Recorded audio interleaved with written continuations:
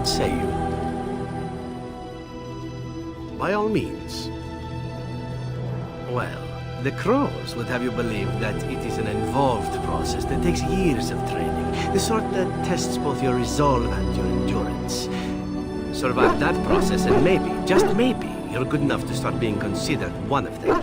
But quite frankly, the truth is that all it requires is the desire to kill people for a living. It's surprising how well one can do in such a field. Within the crows, I did. But it has been something the crows have devoted a great deal of time to perfecting. An assassin simply specializes in striking from stealth, and in maximizing that first attack to be as lethal as possible.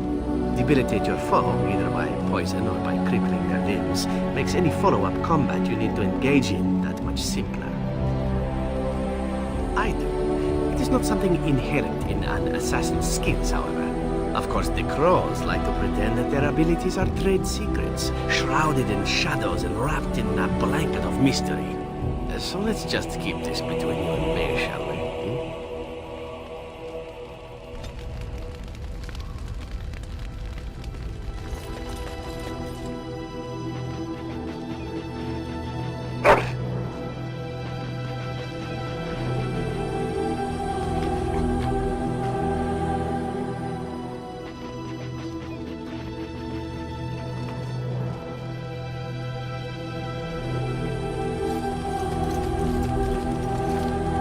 What say you?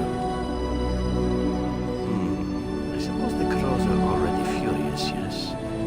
What harm is another tweak to their nose? If you wish to be trained in the... What say you? By all means. My adventures? I'm hardly an old man just returned from across the ocean, am I? Should I shake my fist at nearby children while I talk about the good old days? You want to hear about the grueling training, being locked in an oubliette for weeks at a time, the slavery, the festering injuries, or are we seeking something more glamorous? Oh, those things never happened to me. Let's see, my second mission ever for the crows was a bit intriguing. I was sent to kill a mage who had been meddling in politics. Well, it was just the one mage. As it turned out, the mage in question was quite a delightful young woman, long, divine legs, as I recall. I caught her in a carriage on her way to escape to the provinces. After I killed her guard, she got down on her hands and knees and begged for her life, rather aptly, I might add. So I joined her in the carriage for the night and left the next morning. Well, yes, twice, actually. Then she decided to try and use me instead. The woman had actually convinced me to speak to the crows on her behalf. What can I say? I was young and foolish at the time. Then, as I was kissing her goodbye to return to Antiva City, she slipped on the threshold and fell backwards out of the carriage. Broke her neck. Shame, really, but at least it happened quickly. Not actually, no. I was a bit unimpressed by the development at first. Then I found out that she had told the driver to take her to Janellen instead. She had planned to lose me in the provinces. I would have looked very foolish to the crows. As it was, my master was very impressed that I had done such a fine job of making it look like an accident. The circle of Magi was unaware of foul play, and everyone was happier all around. I suppose, but she was dead. She didn't need to be happy.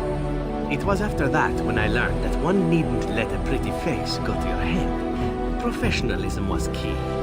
That's my moral of the day, you see. And one that not everyone learns, I'm sad to say. But that's enough tale spinning from me for the moment. Talking about the mage has made me a bit nostalgic, I'm afraid. Ah, the good old days.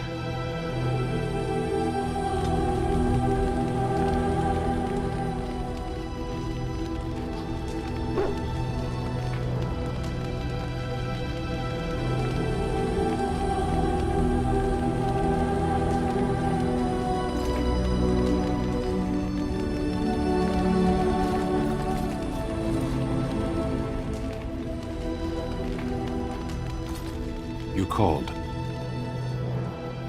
Speak, then. Then I suggest we move on. As you wish.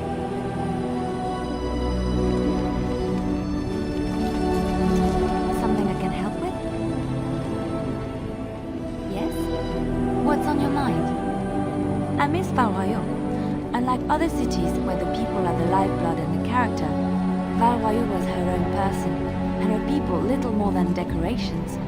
There was always music in Val Royeaux, streaming from the many windows, quiet refrains and triumphant choruses, and always, floating above that all, the chant, coming from the Grand Cathedral.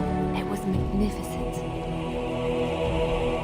Oh, it would take me a day or two to talk about the many splendors of Orlais, her golden fields, her lush meadows. Of course, there are good things and bad things about Orlais, like anywhere else. Sometimes I miss it dearly, and sometimes I'm glad I'm rid of it. And you will laugh at this, but I miss the fine things I had in Orlais. I left behind much leaving Orlais, but there is more to life than dresses and furs. It is sad that many have lost sight of this. Orlais is very fashionable, almost ridiculously so. But the shoes! Living with those ridiculous trends was worth it for the shoes. Perhaps. Ferelden folk are so much more practical. I don't see them making use of something simply for its look. When I left Orlais, the fashion was shoes with delicate tapered heels and embellishments in the front. A ribbon, perhaps, or embroidery. In soft colors, of course. It was spring.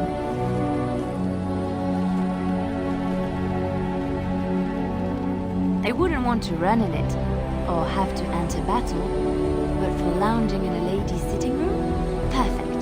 The shoes made in Orlais were exquisite. Not at all like these clunky fur-lined leather boots you have in Ferelden. Ugh, just look at them. They're sturdy shoes, but sometimes a girl just wants to have pretty feet. Oh, I could talk about shoes all day, but we have things to do, don't we?